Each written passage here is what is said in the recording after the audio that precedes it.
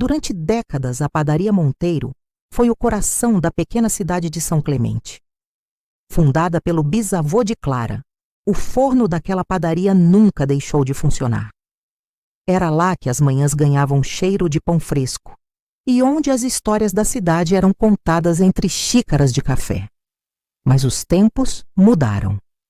E com eles vieram os desafios. O maior de todos chegou em silêncio, mas com vitrines impecáveis e uma fachada moderna, a nova Padaria Doce Capital.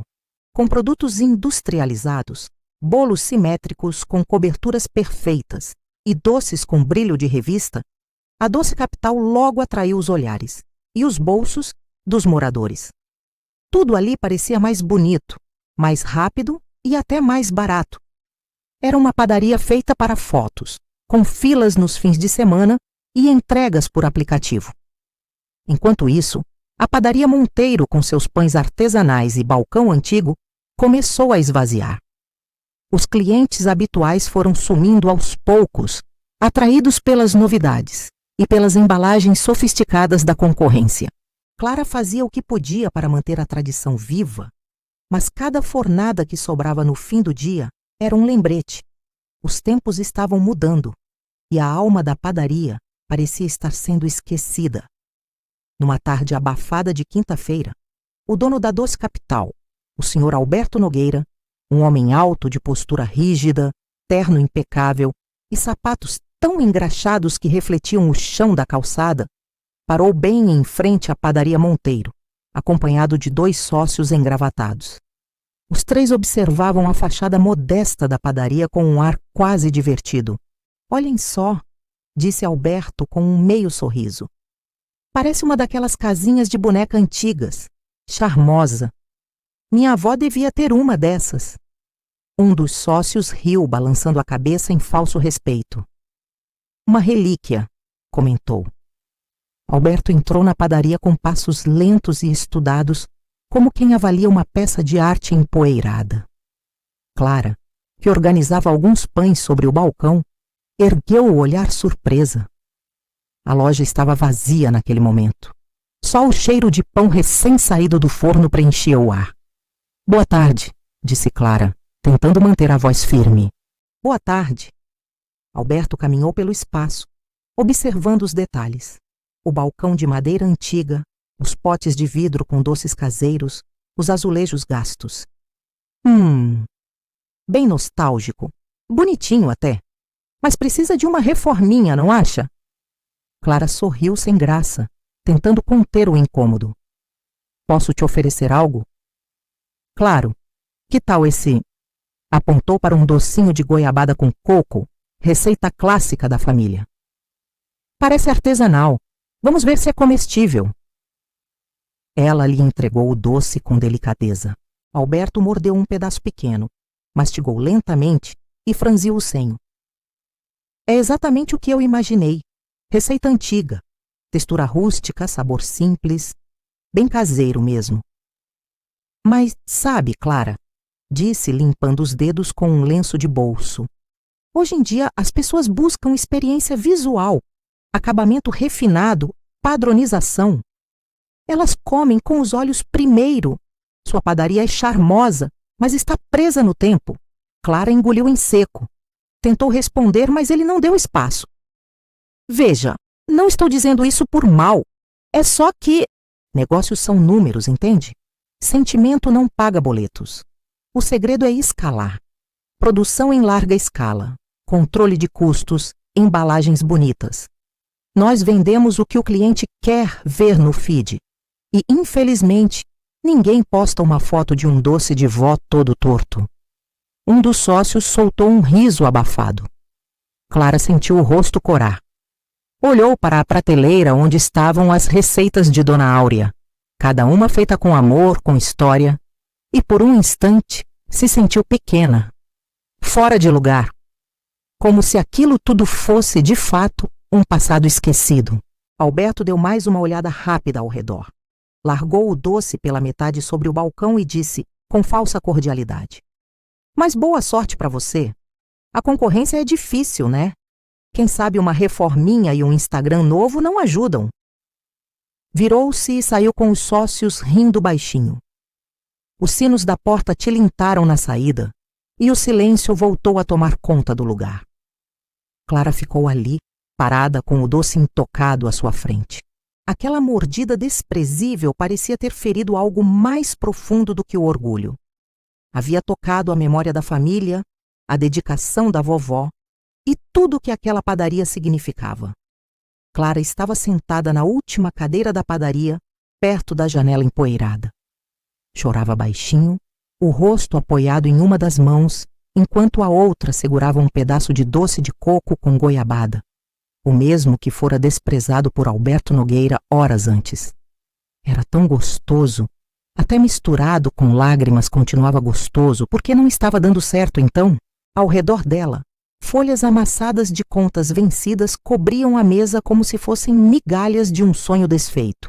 As prateleiras estavam quase vazias, não por vendas, mas por falta de produção. Faltavam ingredientes, mas principalmente faltava esperança. Se fizessem a quantidade que costumavam fazer, ia sobrar, teriam que jogar fora. Sentada um pouco mais ao fundo, na antiga cadeira de balanço herdada da mãe, Dona Áurea observava tudo em silêncio. Não dizia nada, mas seus olhos, fundos e atentos, carregavam um mundo inteiro de histórias. Suas mãos, marcadas pelos anos, pelas fornadas, pelos cortes de faca e pelo contato com a farinha, descansavam sobre o colo com uma serenidade que escondia um segredo poderoso. Agora é sua vez de participar. Responda nos comentários. Qual foi a última coisa que você comprou só porque tinha uma história por trás, e não porque era barato ou bonito? Se você chegou até aqui e gosta de histórias inspiradoras e comoventes, esse canal é para você. Por favor, curta o vídeo e se inscreva no canal. Coloque nos comentários a cidade de onde está vendo esse vídeo. Gostaria muito de saber. Ela fechou os olhos por um instante, como quem ouve uma lembrança sussurrando. Dentro de si, guardava uma receita que passava de mãe para filha há 4 gerações. O pão de ervas com mel e noz moscada. Uma criação nascida em tempos difíceis, quando os ingredientes eram poucos e a fome era muita. Com o que tinha à mão, um punhado de ervas secas do quintal, um fio de mel que sobrara de um vizinho apicultor e a noz moscada ralada na ponta da faca. Dona Áurea criou algo simples, mas tão cheio de afeto que logo virou tradição no bairro. A cada fornada, o cheiro tomava conta da rua e os vizinhos vinham bater na porta com qualquer moeda ou até com trocas, ovos, leite e favores, só para conseguir um pedaço daquele pão que parecia abraçar o estômago e aquecer o coração. Mas por algum motivo que nem Clara compreendia, Dona Áurea jamais ensinara a receita a ninguém, nem à própria neta. Quando perguntavam, ela apenas dizia: não é só o pão, é a história dele, era orgulho, medo de ver sua memória banalizada, o receio de que, ao ser compartilhado, o pão perdesse a alma. Ninguém sabia ao certo. Mas agora, com a padaria afundando, e Clara ali, abatida entre contas vencidas e lágrimas, algo dentro da velha senhora começava a se mudar. Ela sabia. Talvez tivesse chegado a hora de abrir o caderno escondido na gaveta da cristaleira. Talvez fosse a hora do pão voltar à vida. E com ele, a esperança. Foi numa noite silenciosa, em meio a lágrimas contidas, contas espalhadas e o cheiro de café recém-passado, que Dona Áurea se aproximou da neta com um olhar calmo e determinado. Clara, você está pronta? Clara ergueu os olhos, enxugando discretamente o rosto com a manga da blusa. Havia algo na voz da avó que soava mais como um convite do que uma pergunta. Respirou fundo e assentiu com um aceno silencioso. Dona Áurea levou-a até a cozinha dos fundos, a parte da padaria onde as melhores histórias da família haviam nascido, entre fornadas e conversas sussurradas ao amanhecer. O ambiente estava quente, o forno já aquecido, e sobre a bancada, ingredientes simples esperavam seu momento de virarem algo especial. Hoje você vai fazer esse pão comigo, mas não é só seguir a receita, tem que estar inteira aqui, disse a avó, com um brilho nos olhos. Começaram devagar. Áurea ia dizendo com calma. O momento certo de misturar o mel, a quantidade exata de noz moscada ralada, o ponto certo da massa. Clara ouvia tudo com atenção, quase reverência. Até que chegou o momento de sovar. Agora é a parte mais importante, disse Dona Áurea. É hora de cantar. Clara franziu o rosto, surpresa. Cantar? Isso mesmo, uma canção leve, aquela antiga. Lembra? Clara deu uma risadinha seca. Vó, a massa não tem ouvidos. Vai me dizer que ela entende música agora? Dona Áurea também riu com aquele riso doce e demorado que só os velhos sabem dar. Claro que não entende com ouvidos, minha filha, mas sente com a alma. Sentimento entra no pão pela palma da mão. Clara revirou os olhos com um sorriso de canto de boca. É sério isso? Dona Áurea parou. Com as mãos ainda mergulhadas na farinha, apenas ficou olhando para a neta com aquele silêncio teimoso e sereno que dizia mais do que qualquer palavra. E esperou. Clara suspirou fundo. Tá bom, tá bom. E meio sem jeito, começou a cantarolar baixinho o refrão de uma canção antiga, que sua avó sempre cantava quando ela era criança. Quando o sol nasce, a massa cresce, e o amor da gente vai junto com o pão. Dona Áurea sorriu e entrou na melodia com ela. Suas vozes, em tons diferentes, se encontraram em harmonia. Em poucos segundos o riso tomou conta do ambiente. Clara se soltou. Cantarolar virou brincadeira. E a massa, que antes parecia pesada como o mundo, agora era leve entre as mãos. Num impulso, Clara jogou um punhado de farinha nos braços da avó. Ei! Protestou Dona Áurea, fingindo indignação. Você disse para colocar sentimento, respondeu Clara com uma gargalhada. Em resposta, a velha senhora pegou um pouco de farinha e passou no nariz da neta, fazendo as duas rirem ainda mais. Em minutos, a cozinha virou uma pequena festa. Riam, cantavam, sovavam o pão entre piadas e lembranças, e a massa ali, absorvendo tudo. O calor das mãos, o som da risada, o amor daquelas duas gerações unidas pela tradição. Naquela noite, Clara não aprendeu apenas uma receita. Aprendeu que o segredo do pão não estava só nos ingredientes, mas no modo como se fazia, com entrega, com história e com o coração.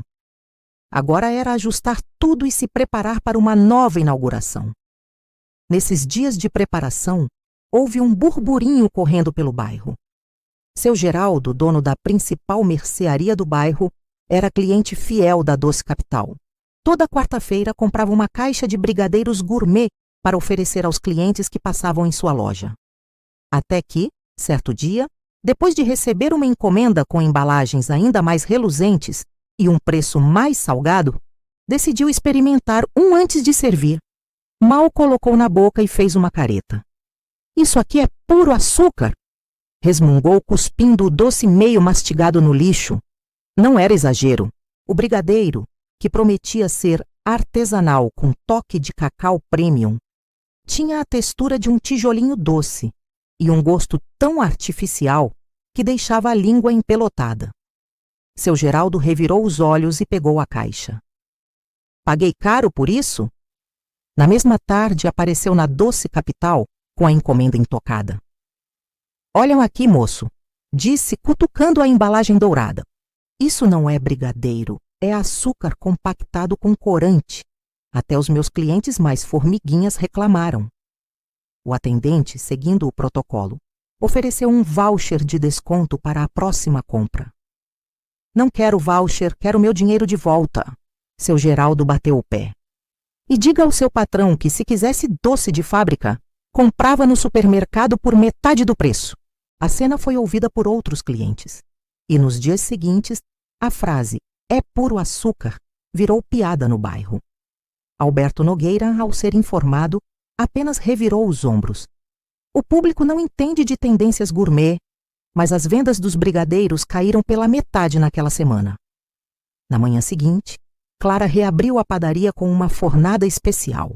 O cheiro do pão de ervas com mel e noz moscada escapou pelas frestas da porta e invadiu a rua como uma brisa morna e familiar.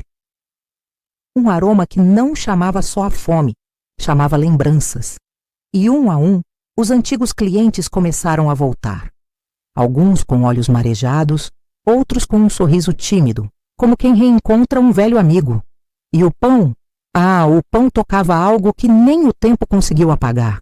Era como morder um abraço. O que era apenas uma receita se transformou em esperança.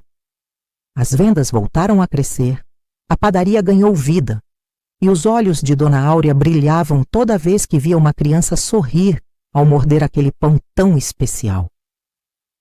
Mais do que um negócio salvo, a receita uniu a família de novo. Clara redescobriu sua força. Os irmãos se aproximaram e até os vizinhos passaram a contribuir com novas ideias para a padaria. Desde sugestões de sabores até pequenas doações de ingredientes e utensílios antigos esquecidos nos armários.